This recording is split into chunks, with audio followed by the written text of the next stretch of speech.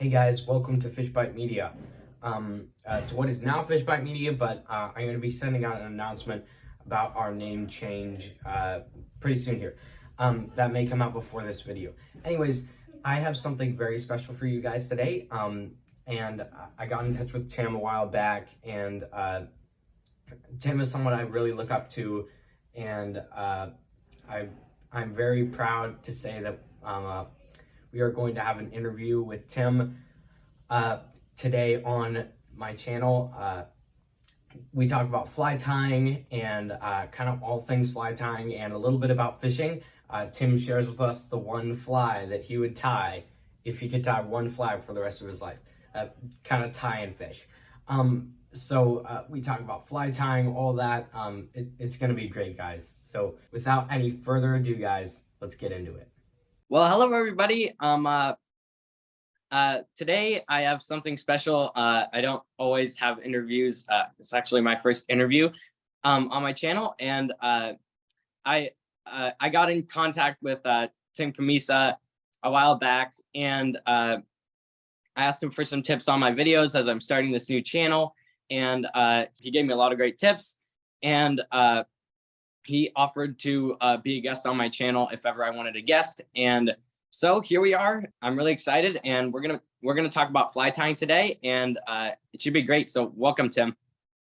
Thanks, Linus. It's a pleasure to be on your channel, and congratulations on starting your own YouTube channel. I know whenever I first took that leap to dive into the world of YouTube, I didn't know what was going to be on the other end. So I'm really proud of you for doing that, man. Yeah, well, thank you. So we're going to talk about fly tying today, and just to kind of start us off, kind of what really got you into fly tying, Tim, and kind of where has it led you? Man, that's kind of like a loaded question, Linus. I mean, I've been tying flies for over 30 years. I've been saying that, but it's like 34 years. I started whenever I was 10 years old, so I've just aged myself. My parents signed me up for an after-school class. It was, right after elementary school ended. I was in 4th grade, and we went to this other classroom, and I walked in, and there was this group of elder gentlemen, and they reeked of mothballs, and they told us we were going to tie flies. I didn't know what that necessarily meant. I was kind of thinking of house flies, but the next thing I know, they're whipping out deer hair and varnish, and we're spinning deer hair and cutting them, and there's just stuff flying all over the place, and it was a blast. And I really enjoyed these creations. I had this Plano fishing tackle box. I put all of my flies in that, and I brought them home. And it was a really cool experience for a couple of weeks. And then one day, my great uncle John showed up to this class, and I looked at him like, "What are you doing here?" I mean, he was somebody I knew through church. I saw him all the time, every couple of weeks, but I had no idea that he was into fly tying, and I later learned fly fishing. So he helped to kind of be my mentor in some of those early classes. Then basically for the next 10 years of my life, he was really my fly tying and fly fishing mentor, kind of pushing me to get to that next level, whatever that next level would be. And you kind of asked where it led me.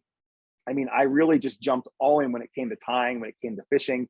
I don't want to say I based my career around it, but I'm a teacher. I teach elementary school, 6th grade.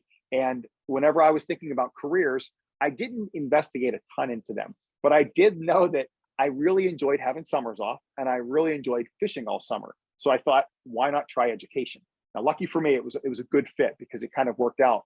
But then that education piece, it kind of connects back to my YouTube channel, in that my channel's really, it stood out against others because I do have that educational background. So it's not just about showcasing the fly, but I love to talk about the fly's history, just a little bit about how to fish it and those sorts of little things.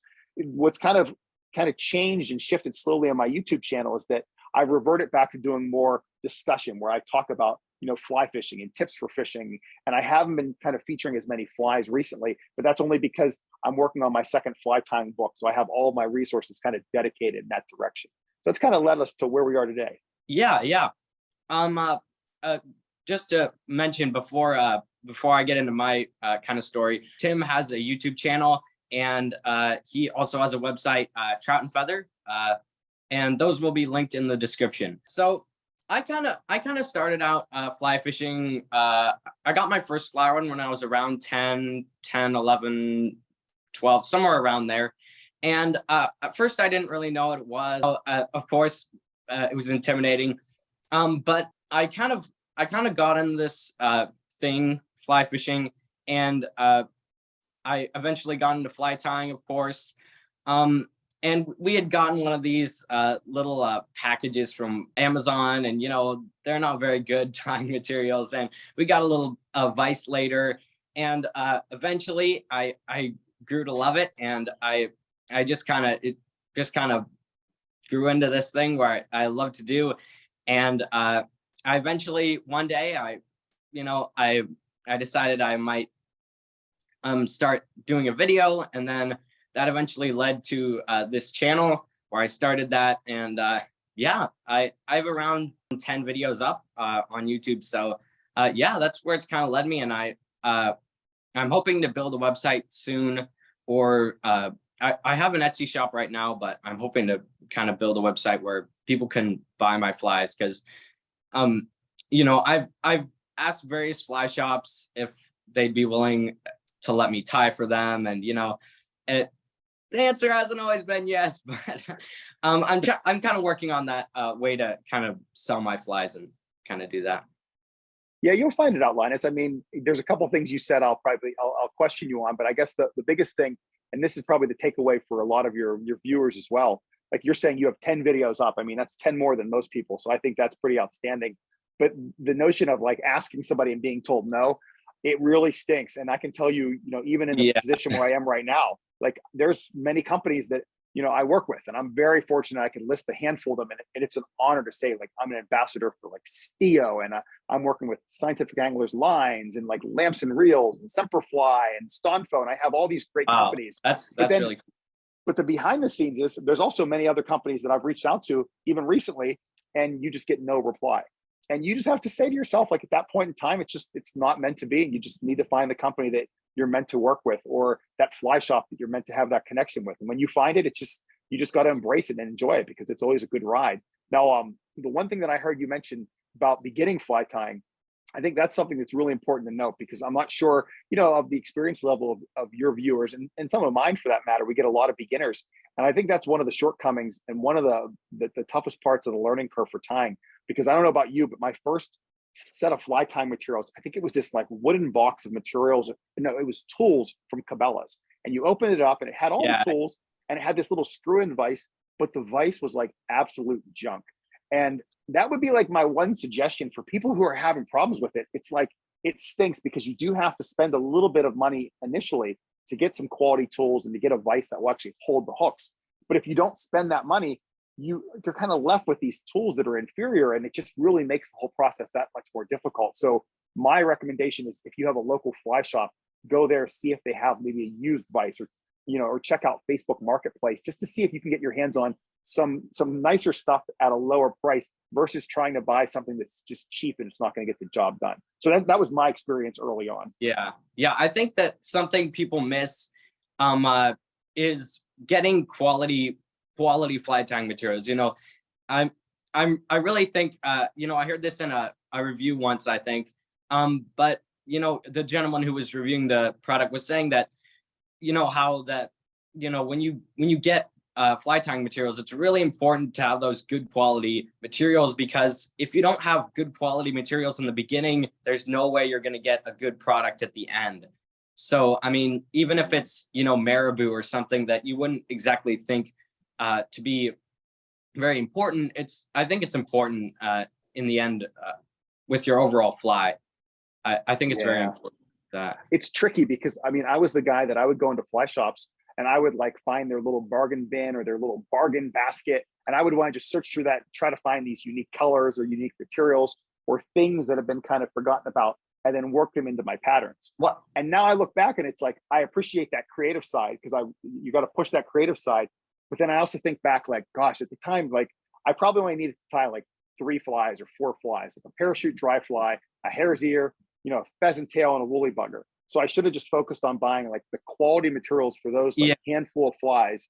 And then as I got more comfortable and more proficient with the basics, start to integrate more. Yeah. But I don't, Yeah, I think that sometimes, maybe you get a few materials, and I think that one of the things that really helps you to be creative, and I put a video up about a week ago about this, and it was about substituting materials and varying patterns. But I think one of the things that kind of drives you to be creative is maybe not having like every material, because maybe you have a pattern and you're lacking the bucktail to, let's say, a gurgler, and you're lacking the bucktail, but you have synthetic hair.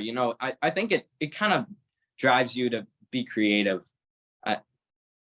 I'm with you. No, I'm with you. I think there's a fine balance between that notion of buying exactly what you need. We're also kind of reaching outside of your comfort zone. And it's tricky. The only caution I tell people is that there was early on, I really didn't have a strong foundation with some of the basics. And I took that for granted. And even in some of my early YouTube videos, and I've been doing YouTube videos for a heck of a long time. And I look back and it's like, I knew what I was doing, but I could have done it a little bit better. And I've since really worked on anything that I put out for public consumption. It's got to be like I don't want to say it's perfect, but it's going to be pretty darn close, because I want to make sure that that fly that I tied is something that's going to, A, catch fish, B, be durable, and C, have those really, proficient tying techniques embraced within it. Yeah, definitely. I couldn't agree more. But yeah, one of the things I thought was funny on one of your videos is I thought it was pretty cool. When you're kind of living your daily life and you're seeing stuff, just you think, could I tie a fly with that? And I thought that was pretty cool. Because I saw a video recently. Do you know Davey McPhail? I know of him. I don't know him personally. Well, yeah, of him. I don't know him personally either. But he used this. He was tying a organza caddis, I think. And I saw in one of his videos, and I thought it was really neat how you cut the part of a ribbon, and then that kind of makes the caddis, kind of makes for the material to make it. I thought that was pretty cool. I agree with you. I mean, there's so many materials out there that I think it's easy for us to get locked into that. Like, you got to buy it from a fly shop, or it's got to be from this company. Whereas, I look at people, I'll go back to my mentor, my great uncle John. He was somebody that he would like investigate everything. Like, he was known for tying these flies.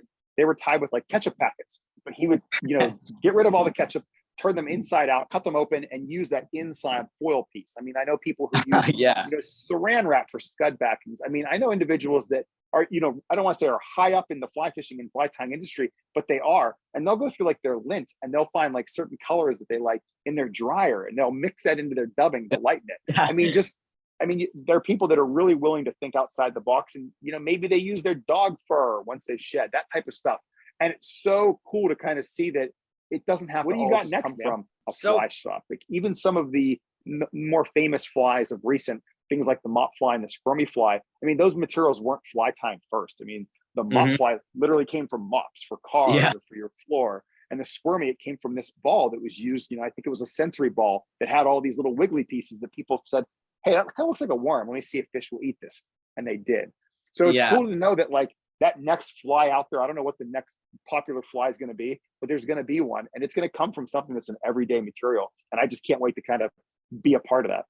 It's definitely something that I think not sticking to the pattern always. I mean, there are times when sticking to the pattern is what you want to do, but I think sometimes it's, you can put a little variation in there, and it's a good idea to, you could find something that works.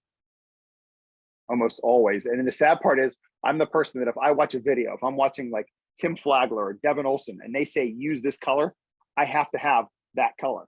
Yet I'm also the person that says, I'm like that too. But I'm the person that says, well, I'm using olive brown, but you can use olive or brown or a marker. And I give all these variations. Yet as I tell people that from one side, the other side of my mouth is following exactly what they tell me. So it's this bizarre little relationship, which is kind of the tricky part of things. I don't know about you, but whenever I list like my tying materials or the recipe, doesn't matter if it's on social media, on YouTube, or even in my book, I give everything explicitly, like the specific material that I use. Do that too.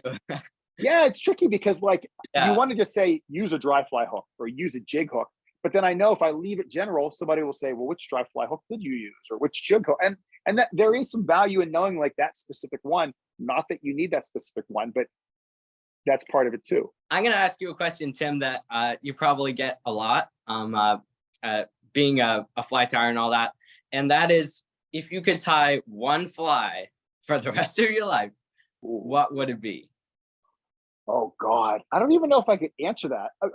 I'll give you an answer, but I'll tell you, like, this is a tricky one because I've been asked this style question, maybe if I'm going to fish a fly or tie a fly for the rest of my life. So I've been asked that before, and it's tricky because, like, if for beginners, it's easy for us to say go with a woolly bugger or a mop fly, that type of stuff. But I can tell you, like, there's been a couple flies that I've had experience with, my entire life that I love to tie and that I've caught fish on. And those two flies are variations of the hare's ear and of the pheasant tail. Now, with the hare's ear, I love the waltz worm. It's just a little bit more of a slender pattern. Yeah. I typically fish that as a nymph, or I'll fish it with like a CDC, hackle on the front, again, subsurface on a jig hook or on a light dry fly hook with a bead. And I love that fly. But now I'll kind of tell you the fly that, if you're nailing me down to one, it's probably going to be variations of the pheasant tail, because when I look at that fly, you can use it without a tail, and it could represent kind of like a caddis, a case caddis, something like that. You can tie a Peking caddis with it. If you want to use it as a mayfly nymph, it works. A dark caddis, it works. You can go with like dyed colors or bleached colors to kind of represent caddis as well. But then you could also tie it like as an emerger with some CDC up front or underneath a parachute hackle, like something like grizzly. And it works like that as well. Catches fish that way too. You can use it as a soft hackle when it fishes. So I'm not going to just tell you one pheasant tail. I mean, I'm kind of cheating a little bit here. But if there was one that I was going to go with, it'd be like the pheasant tail and all those different variations of it, the whole way from the bottom of the water column to the top. All right, that's mine. What do you got? That's way better than my answer, because you said you were cheating, but my answer, I don't think I would tie flies. Honestly, I don't know. People have their, they have the woolly bugger, which, it's understandable. It's the first fly I caught a fish on that I tied. And I mean, yeah, it's a good answer. I will say, and that's a really good answer, by the way, Tim. But I don't know. I'm gonna cheat a little bit more than you on this one. I don't, it's funny because I think fly fishing, it kind of, I've been spin fishing longer than I have been fly fishing, as is with most people. I don't know if have you ever spin fished, Tim? Yeah, of course. Yeah. Anyways, I feel like fly fishing has kind of opened up a little more of that kind of mindset of, you can change it. And like when I was a spin fisherman, I'm not making a generalization about all spin fishermen, but at least me, when I was a spin fisherman, I didn't really think, the extent of my knowledge was, okay, this bait catches fish and this bait doesn't catch fish. And like you cast and you reel it in, but I feel like fly fishing has opened up that kind of variation. You strip, and like, sometimes it's crazy, you change your strip to like a little bit slower and you're on the fish. It's pretty crazy, but I feel like it's opened up a little bit more of a kind of a variation, of something where, this doesn't work. Okay, I have other options. And, if that doesn't work, I can always fall back on this fly. You might have your fly, which, for most people, it's the woolly bugger. And there might be that fly where, you can catch fish on that, but you're like, today I'm going to try something different, and then we'll see about it. I feel like fly fishing has kind of opened up that kind of realm. I don't know, for me. Yeah, so you're not giving me one pattern is what I'm hearing. You asked me the question and you can answer yourself, Linus. Oh my gosh. I'm kidding. No, you're good. I'll give you a pattern. Let's see. I'm gonna go with the mop fly. Okay, that's another good one. When you're like, at least for trout fishing, I'm gonna go with the mop fly. It's a really good fly for all kinds of things. And let's see. the trout stream that I fish at home, it's kind of a more muddy tailwater, and I mean, I feel like junk fly is kind of a better fly for some of those more muddy water streams, maybe, you know, dirty water or high water. And I don't know, it's worked for me there.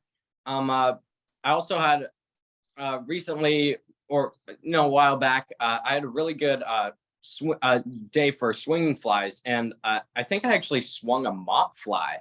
But yeah, I actually made a variation of the mop with kind of a soft tackle. I mean, I didn't come up with that, but I tied some of those up, and then but yeah, it was just like this. The bite for swinging flies was on that day, and it was just amazing. I caught maybe around 15 fish, which is, I mean, it's really good for me. But yeah, that was one of my best days on a trout stream. Well, the way you phrased the question was a little tricky too, because you also kind of phrased it as, which fly would you tie for the rest of your life? Because I think fishing, I made the assumption it was fishing and tying, and I also kind of lean towards trout, salmon, that species. But it's, you know, like you said, like the woolly bugger is tough to beat, saltwater and freshwater. The clouser minnow is tough to beat, saltwater, freshwater, still water. It's like there's all these flies out there that are just like so tough to beat. Now, if I had just had to tie one fly for the rest of my life, I am partial to parachutes. There's something about dry flies that I love. I love CDC. I mean, I'm not going to pigeonhole myself anymore and just go with one. Well, there like are so many great flies out there.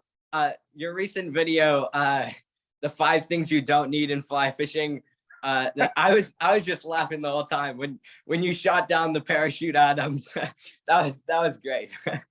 Listen, it's a killer fly. Do I have some? Yes. You have no idea how much flack I got over that video. But then from the other side of it, what the side of things people don't see is that for as many people who told me like, oh, that, you know, who commented publicly, that's, you know, that's the best fly in the world, I also got a number of pretty high up individuals who were texting me or who were DMing me saying, I don't fish it either. I'm just never going to say it. So it was kind of funny that like, there's definitely a crowd of people out there that that's their go-to, like that's their ride or die fly. And then there's also a crowd of people out there who they're like, I don't use it, but I'm not going to say that publicly. No, I kind of put it out there and said, hey, I don't use this fly. At least I don't think I said it just like that. I said that much. I have them in my box. I just got back from a trip to Iceland where we were fishing for brown trout that were eating pretty small dry flies on top. The Adams fly probably would have done it. However, I went with the floating parachute and just, you know, I slayed them on that fly instead. So there were a couple other dry flies that I used when I was there. Unfortunately, the parachute Adams wasn't one of them. So that's just the fly that I love. It's a great fly. I love to tie them. There's something special about that grizzly and brown hackle. I mean, I love to tie that fly. Just not like that. I don't sit down and say like, oh, this is an Adams dry fly kind of day. That's just not my thing. Yeah. Well, I like that you mentioned the notion of fishing tailwaters. And you mentioned like a muddy tailwater. Why is it muddy? Is it like a bottom release? Does it come over the top as well? And is it nice and cold? It's a it's a bottom release. It's the Lower Illinois, I believe, in Tahlequah, Oklahoma. It's it's one of the few trout streams that are close to where I live. I think there are like 3 main ones in Oklahoma. There's the Lower Illinois, and then there's Blue River, and then there's another river where I think there are wild trout. I'm not sure, but yeah, it's kind of like it really changes a lot because the flows that they release will vary a lot. So one day it'll be super high and another day it'll be super low. So I mean, yeah, I recently took a trip to let's see, I think it was South Dakota. Yeah, it was South Dakota, and I fished a wild stream there, and that was just really awesome. It was really cool to fish a wild stream because I mean I don't do that a lot, and Tom Rosenbauer's videos have been just really good. Like I've learned so much about finding trout, and to be able to go to a stream that you've never been before and actually catch fish, it's an awesome thing to be able to do. I'm with you. I mean, he's a friend of mine now. He invited me to go fishing with him last year, and I was kind of blown away. I was like, do you mean me, or are you trying to ask somebody else? I think you got the wrong person here. And trust me, he's what you see in videos and on his podcast, like that's him in real life as well. He's just as genuine as they come. And he's a really great angler. My one Tom Rosenbauer story that I love to tell is that he's known for only fishing his own flies. It's not that he doesn't want to use anyone else's flies. He just prefers to fish the flies that he ties himself. So while we were fishing for brook trout, I snuck one of my flies on there, and we were fishing a dry dropper. And at one point, he wasn't catching any fish on the nymph, and he's like, "What is this nymph? This isn't one of mine." I'm like, "Well, that's one of mine. I just caught a fish on it." So, and he immediately took it off. He's like, "That's it. We're not using this one anymore." That's it's hysterical. And then the other thing I kind of like, the tailwaters, man, those can be really tough fisheries. I used to guide on the Delaware River, which is a tailwater, and that dam provides the water for New York City. And that's one of those rivers where, there are a bunch of wild trout in there, but it's a river where you can do really well. And it's a river that you can also just say to yourself, like, man, the trout kicked my butt today. And there's prolific hatches on it. And there's days when you'll catch every fish you see. And there's other days where you won't touch a fish. You would pay to just have one just swipe at your fly and miss it. And that's just tailwater fishing. I mean, I think anyone who has tailwaters close to their house, they know exactly what it's like. But spending time on those waterways really will make you into a much, much better angler. Yeah. Well, let's see. I got time for one more, Linus. If you got one more good one. I actually think that's all I have. Yeah, I think we've got it all. Well, I'll ask you the last one then. All right. So now, you mentioned on this that your YouTube channel, you have kind of 10 videos in. Where do you foresee you taking it in the world of fly tying and fly fishing? What's kind of the next steps for this channel? I think the next step is really a website. I've been doing a lot of research on it recently. But I think that's really the next step for me, and somewhere to sell my flies. I got a comment the other day asking if I was selling flies. I have an Etsy shop. I just made it the other day because I have to have something in between in case people want to order flies. But I think that's the next step for me is making a place, maybe not a website, maybe just stocking my Etsy shop, but kind of doing that, and maybe even incorporating some woodworking into it, because I'm a woodworker as well, and I've made for myself a lot of fly tying, material storage, or not really, more like tool storage and stuff like that. So I think that's really the next step for me.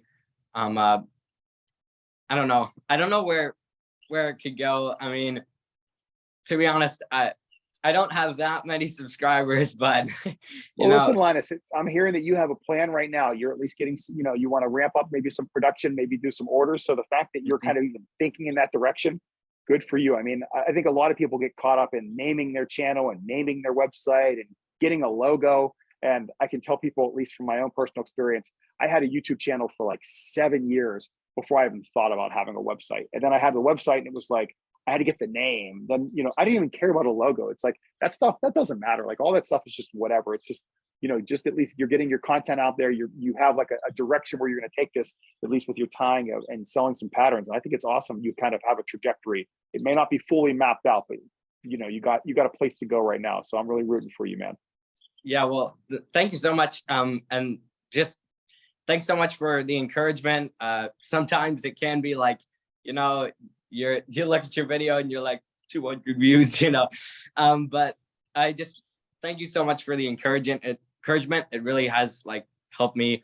And yeah, it's been great talking to you.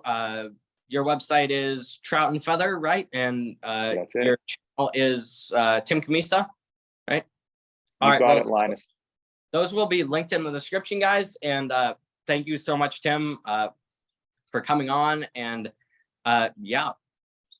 All right, Linus. Thanks again for having me. And to all of your viewers, keep watching this channel. He's got some great stuff coming.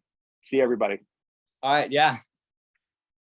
All right, guys, if you like that video, please consider subscribing and liking this video. It was just a pleasure to talk to Tim. It's so amazing that I was able to talk to Tim today. And I just want to thank you guys for participating, and just a huge thanks to Tim for coming on, and certainly didn't have to do that, Tim. So thank you so much for coming on. And I want to thank you guys for participating and watching this video. And if you want to see more content like this, please consider subscribing and checking out my channel. And also check out Tim's channel and his website. Those will be linked in the description. Thanks, guys.